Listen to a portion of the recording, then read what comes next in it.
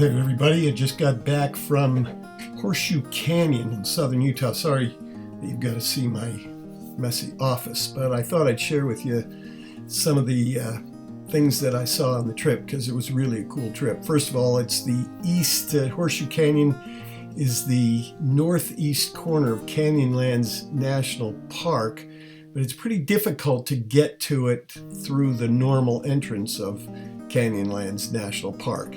You have to kind of go through a different direction coming from the Hanksville area. At any rate, it's about 32 miles on a dirt road to get to the trailhead. And then it's a 4-mile walk in to see what Horseshoe Canyon has to offer. And what Horseshoe Canyon has to offer is pretty cool. It is this collection of 3 galleries of petroglyphs and pictographs.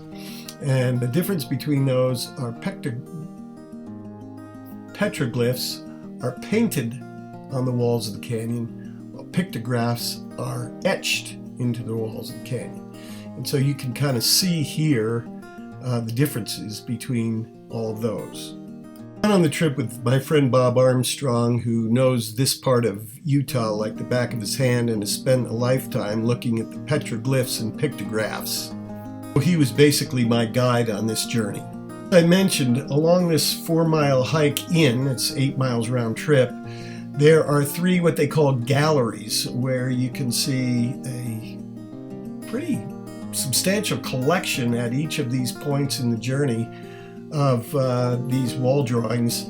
And this is Gallery 1 that you're looking at here. And I thought that was pretty interesting. In particular, take a look at the figure on the lower right-hand side. It's the only one that's got kind of a roundness to it and the squigglies in the middle. Bob tells me that's indicative of fertility. Otherwise, you see some what appear to be bugs there, big bugs, and long skinny figures without arms. Intriguing. This is Gallery 2, looking from left to right, and there's kind of 2 sections on there. This particular part of it is the most intriguing one. Look at this character right here on the left. Interesting. Don't know what that means or what that's all about, but I found it very interesting. And now we're on to the 3rd gallery, and they actually call this the Grand Gallery because it has the most figures on it and the most intriguing variety of figures on it, as you can see, and I'll take a closer look at some of these here.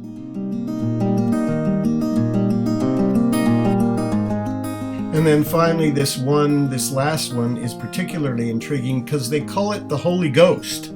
And one of the things that they pointed out about it is that it is the only one that appears to have kind of a 3-dimensional element to it, showing some depth, and that is unusual for petroglyphs. So as I leave you with this panoramic shot of Gallery 3, keep in mind that all of these wall drawings and etchings have been around for about 2,000 years, they estimate, and that predates the Native Americans as we know them. So it's interesting that the land that we now occupy that was once that of the American Indians was once belonged to a people even before them. And then the last thing, I hope you're intrigued by the soundtrack underneath here. The echoing of children's laughter and noise made from some of the folks that were also hiking out there in that neck of the woods. Just maybe, even though it's echoes from today, could it also be echoes from the ancient past? Hope you've enjoyed the trip.